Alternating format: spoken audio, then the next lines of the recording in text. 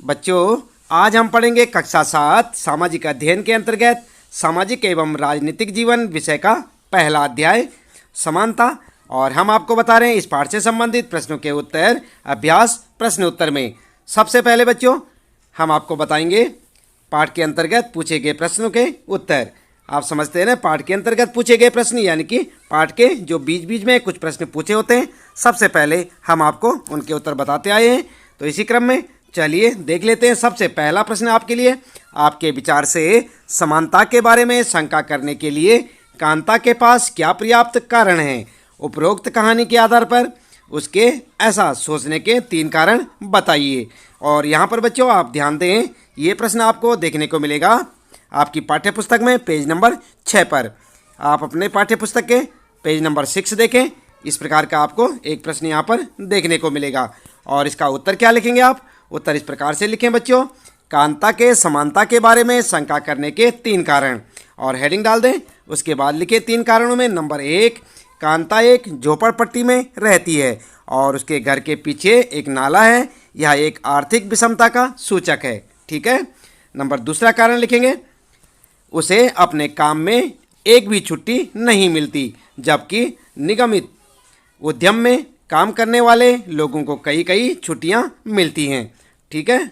और तीसरा कारण लिखेंगे, उसे अपने बच्चों का इलाज कराने के लिए सरकारी अस्पताल में लंबी लाइन लगानी पड़ती है, जबकि संपन्न लोग निजी अस्पतालों में अपने बच्चों का इलाज कराते हैं, जिसमें उन्हें लंबी लाइन नहीं लगानी पड़ती। तो इस प्रकार से बच्चों आप पहले प्रश्न के उत्तर में यहाँ पर 3 कारण लिख सकते हैं, नंबर 1, नंबर 2 और नंबर 3। ठीक है। इसके बाद बात करते हैं, यहाँ पर आता है दूसरा प्रश्न।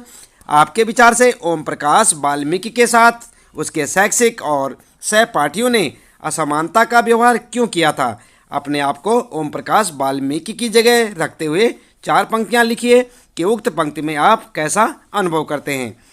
तो उत्तर क्या लिखेंगे आप? पहले ध्यान दें बच्चों, ये प्रश्न आपको देखने को मिलेगा आपकी पाठ्य पुस्तक में पेज नंबर 8 पर। आप देख सकते हैं ठीक इसी प्रकार का एक प्रश्न होगा 8 नंबर पेज पर।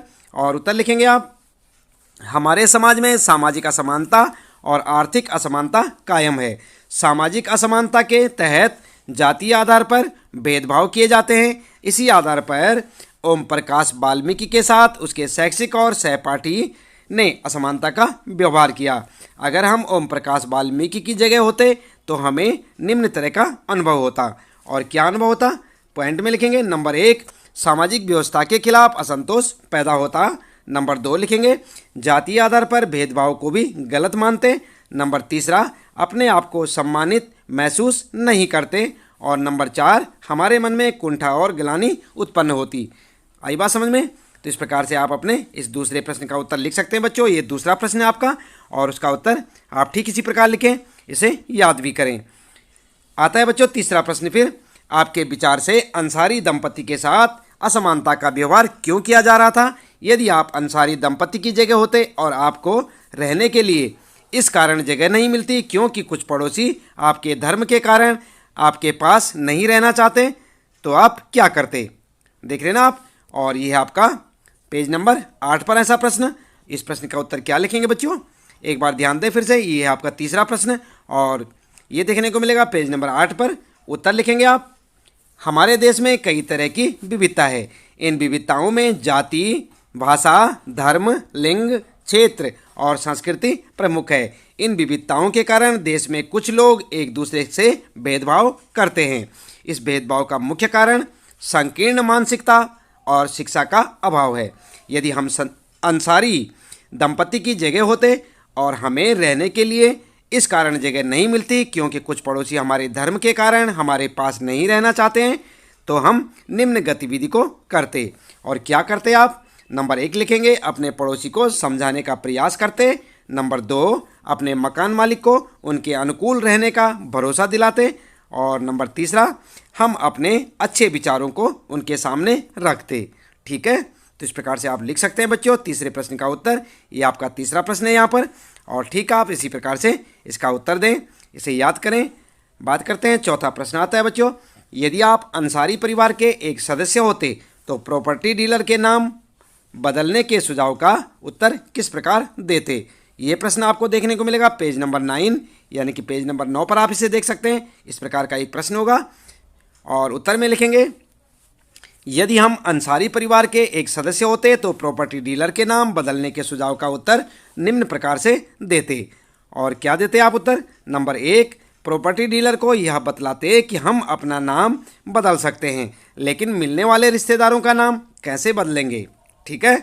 दूसरा लिखेंगे आप, नाम बदलने के बाद अपने मजहब के पर्व त्योहार, नमाज पढ़ना और रीति रिवाजों को कैसे छोड़ सकते हैं। तीसरा लिखेंगे आप, तीसरा पॉइंट, नाम बदलने से हमेशा जो मन में डर बना रहेगा कि कहीं मकान मालिक और पड़ोसी को हमारे धर्म के बारे में पता न चल जाए। तो इस प्रकार से आप अपने इस चौथे प्रश्न का उत्तर दे सकते हैं बच्चों। इसे अच्छे से समझें और अपनी नोटबुक में लिखें। पांचवा प्रश्न है, क्या आपको अपने जीवन की कोई ऐसी घटना याद है जब आपकी गरिमा को चोट पहुंची हो? आपको उस समय कैसा महसूस हुआ था? ये प्रश्न आपको देखने को मिलेगा बच्चों, पेज नंबर 9 पर देख सकते हैं आप अपनी पाठ्य पुस्तक के। और उत्तर लिखेंगे आप, भारत में कई आधारों पर लोगों की गरिमा को चोट पहुंचाई जाती है। दिल्ली जैसे शहर में पूर्वांचल से बिहार, पूर्वी उत्तर प्रदेश, झारखंड आने वाले लोगों को बिहारी कहकर संबोधित किया जाता है। यह संबोधन व्यंग का प्रतीक है। यह शब्द बिहार, पूर्वी उत्तर प्रदेश, झारखंड के लोगों के लिए ही संबोधन नहीं किया जाता है, बल्कि दिल्ली में भी किसी व्यक्ति को अपमानित करना होता है तो उसे बिहारी शब्द से संबोधित करके अपमानित करते हैं। ऐसी स्थिति में मुझे यह महसूस होता है कि भारतीयों में सबसे बड़ी कमी यही है कि ये अपनी कमी को नहीं देखते बल्कि दूसरे की कमी को देखकर व्यंग करते हैं। यही कारण है कि हमारे देश के पास पर्याप्त संसाधन है लेकिन हम पिछड़े हुए हैं। तो इस प्रकार से आप लिख सकते हैं बच्चों यहाँ पर। पांचवा प्रश्न है ये आपका और इसका उत्तर आप ठीक इस प्रकार से दें और इसे याद करें। अगला प्रश्न है बच्चों, छठा प्रश्न है यहाँ पर, मध्याह्न भोजन कार्यक्रम क्या है? क्या आप इस कार्यक्रम के 3 लाभ बता सकते हैं? आपके विचार से यह कार्यक्रम किस प्रकार समानता की भावना बढ़ा सकता है? और ये प्रश्न आपको देखने को मिलेगा पेज नंबर 11 पर। आप देख सकते हैं अपनी किताब के 11 नंबर पेज पर देखें। ठीक इस प्रकार का एक प्रश्न आपको मिलेगा। इसका उत्तर क्या लिखेंगे? उत्तर लिखेंगे, मध्याह्न भोजन कार्यक्रम के अंतर्गत सभी सरकारी प्राथमिक स्कूलों के बच्चों को दोपहर का भोजन स्कूल द्वारा दिया जाता है। यह योजना भारत में सर्वप्रथम तमिलनाडु राज्य में प्रारंभ की गई और 2001 में उच्चतम न्यायालय ने सभी राज्य सरकारों को इसे अपने स्कूलों में 6 माह के अंदर आरंभ करने के निर्देश दिए। तो आई बात समझ में, क्या होता है मध्याह्न भोजन? आप समझ गए होंगे। इसका उत्तर आप यहाँ से लिख सकते हैं। ये छठा प्रश्न है आपका और उत्तर इस प्रकार से आप लिखें बच्चों।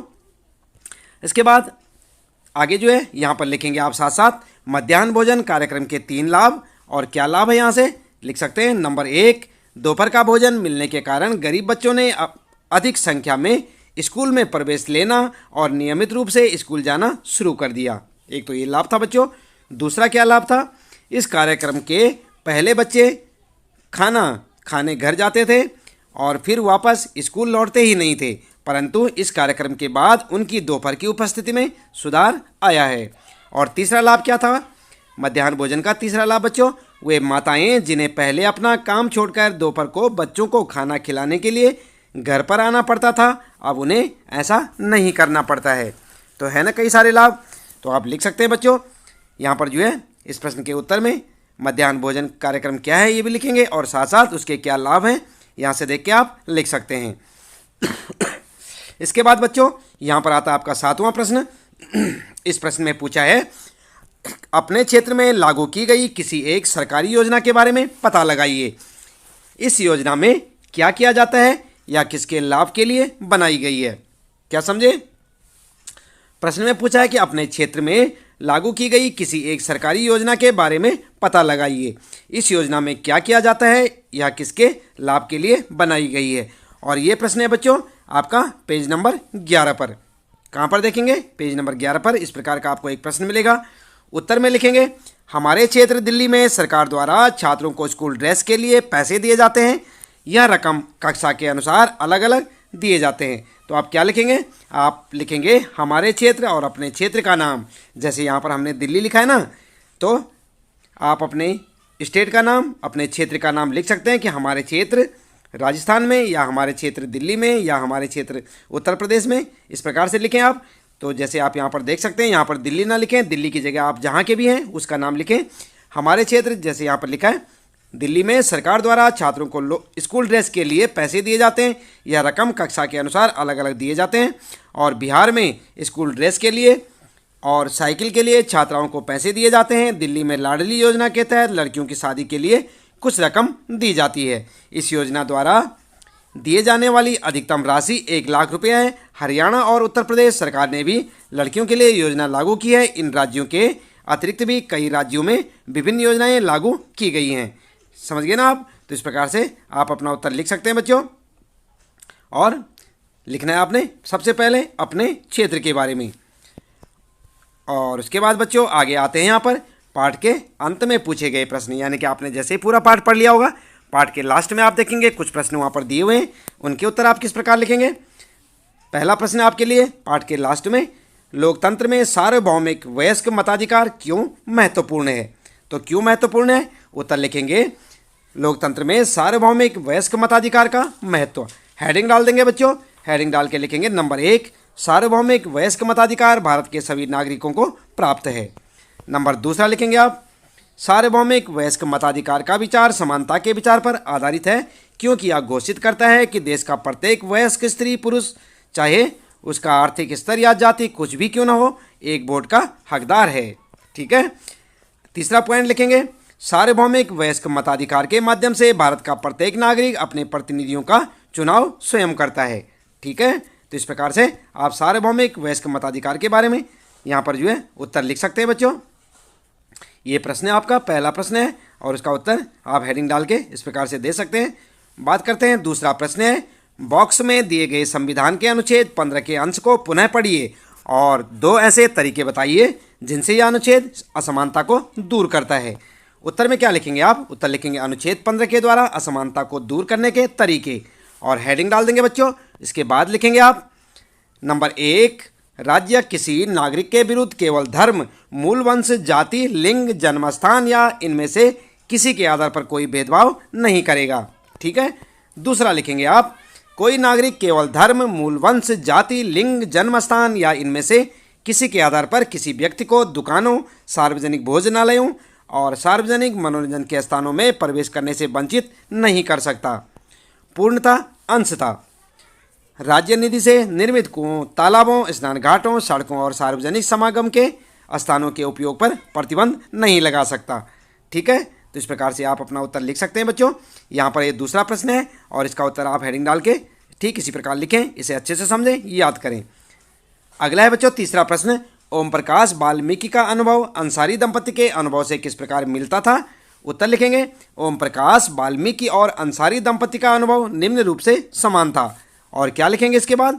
नंबर 1, ओम प्रकाश वाल्मीकि को समाज के अन्य उच्च वर्गों के छात्रों से अलग फर्श पर बैठना पड़ता था और शिक्षकों के द्वारा भी उससे झाड़ लगवाया जाता था, यानी झाड़ू लगवाया जाता था भी लिख सकते हैं आप। उसी तरह से अंसारी दंपति को भी लोग अपने मकान में कमरा नहीं देना चाहते थे।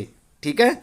दूसरा लिखेंगे, ओम प्रकाश वाल्मीकि के साथ असमानता का व्यवहार जातिगत कारणों से किया गया था, जबकि अंसारी दंपति के साथ असमानता का व्यवहार धार्मिक कारणों से किया गया था। ठीक है। तो इस प्रकार से आप यहाँ पर अपने तीसरे प्रश्न का उत्तर लिख सकते हैं बच्चों। ये तीसरा प्रश्न है, उसका उत्तर आप ऐसे लिखें। और चौथा प्रश्न आता है बच्चों, कानून के सामने सब व्यक्ति बराबर हैं, इस कथन से आप क्या समझते हैं? आपके विचार से यह लोकतंत्र में महत्वपूर्ण क्यों है? उत्तर लिखेंगे, कानून के समक्ष सभी व्यक्ति बराबर हैं, इससे तात्पर्य है कि, और हेडिंग डाल के लिखें नंबर 1, कानून के समक्ष सभी व्यक्ति समान हैं, चाहे वह भारत का सबसे बड़ा पद राष्ट्रपति का हो या एक सामान्य नागरिक का। ठीक है। सभी को एक तरह के अपराध के लिए एक ही तरह के दंड देने का प्रावधान है। क्या समझे आप? यहाँ पर जो है पहला पॉइंट लिखेंगे, कानून के समक्ष सभी व्यक्ति समान हैं, चाहे वह भारत का सबसे बड़ा पद राष्ट्रपति का हो या एक सामान्य नागरिक का। सभी को एक तरह के अपराध के लिए एक ही तरह के दंड देने का प्रावधान रखा गया है। दूसरा लिखेंगे, कानून किसी भी व्यक्ति के साथ उनके धर्म, जाति, लिंग, वंश, क्षेत्र के आधार पर भेदभाव नहीं करता। कानून के समक्ष भारत के सभी नागरिक एक समान हैं। हमारे विचार से कानून के समक्ष समानता से लोगों में यह संदेश जाता है कि देश में किसी के साथ भेदभाव नहीं हो रहा और हम कानून के समक्ष सामान्य जनता का भी वही महत्व है जो एक बड़े पद पर बैठे व्यक्ति का। इससे लोकतंत्र काफ़ी मजबूत होता है। इस प्रकार से आप लिख सकते हैं बच्चों। देख रहे हैं ना आप, ये चौथा प्रश्न है आपका और इसका उत्तर आप ठीक यहाँ से इस प्रकार लिखें।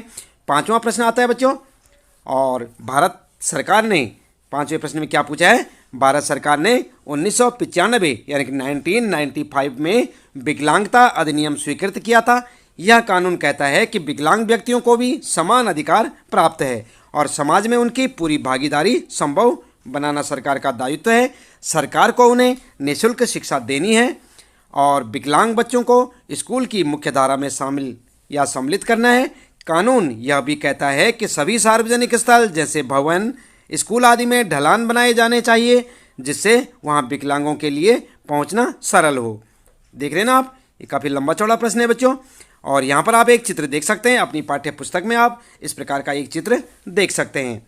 आप अपनी पाठ्य पुस्तक को खोल कर देखें बच्चों, एक चित्र दिखाई देगा आपको और यहाँ पर जो है आगे लिखा है कि चित्र को देखिए। तो आप इस चित्र को देखेंगे, उस बच्चे के बारे में सोचिए जिसे सीढ़ियों से नीचे लाया जा रहा है। नंबर एक बात यहाँ पर ध्यान दें, पॉइंट है पहला, क्या आपको लगता है कि इस स्थिति में विकलांगता का कानून लागू किया जा रहा है? दूसरा प्रश्न आपके लिए, वह भवन में आसानी से आ जा सके उसके लिए क्या करना आवश्यक है?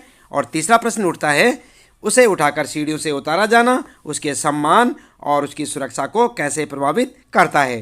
तो ये 3 पॉइंट यहाँ पर हैं, 3 प्रश्न उठे हैं बच्चों और इनका उत्तर आप किस प्रकार से लिखेंगे, चलिए देख लेते हैं। उत्तर लिखेंगे, नंबर 1 का आप उत्तर लिखेंगे, उपरोक्त चित्र में विकलांगता कानून का पालन नहीं किया जा रहा क्योंकि भवन में ढलान नहीं बना हुआ है, इसलिए बच्चे को सीढ़ियों के माध्यम से लाया जा रहा है। और दूसरे का उत्तर क्या लिखेंगे, दूसरे का उत्तर लिखेंगे, विकलांग व्यक्ति के लिए आसानी से भवन में आने जाने के लिए सीढ़ियों के स्थान पर ढलान का निर्माण किया जाना चाहिए। ठीक है। और तीसरे में लिखेंगे आप, उसे सीढ़ियों से उठाकर लाने ले जाने से उसके आत्मसम्मान को ठेस पहुंचती है, वह अपने को अक्षम मानने लगता है जिससे उसका आत्मबल कमजोर होगा, उसे बार बार सीढ़ियों से चढ़ाने और उतारने से दुर्घटना हो सकती है जिससे उसे शारीरिक चोट पहुंच सकती है। आई बात समझ में? तो आप चित्र को देख के इन तीनों प्रश्नों के उत्तरों को इस प्रकार से लिख सकते हैं और इस चित्र को बच्चों आप अपनी पाठ्य पुस्तक से देख सकते हैं। तो बच्चों इसके साथ ही इस पाठ से संबंधित प्रश्नों के उत्तर यहाँ पर समाप्त हो जाते हैं। उम्मीद है कि आपको अच्छे से समझ आए होंगे। आप इन्हें अपनी नोटबुक में नोट कर सकते हैं, इन्हें याद कर सकते हैं और परीक्षा की अच्छी सी तैयारी कर सकते हैं। मिलते हैं फिर अगली वीडियो में। आपका दिन शुभ हो।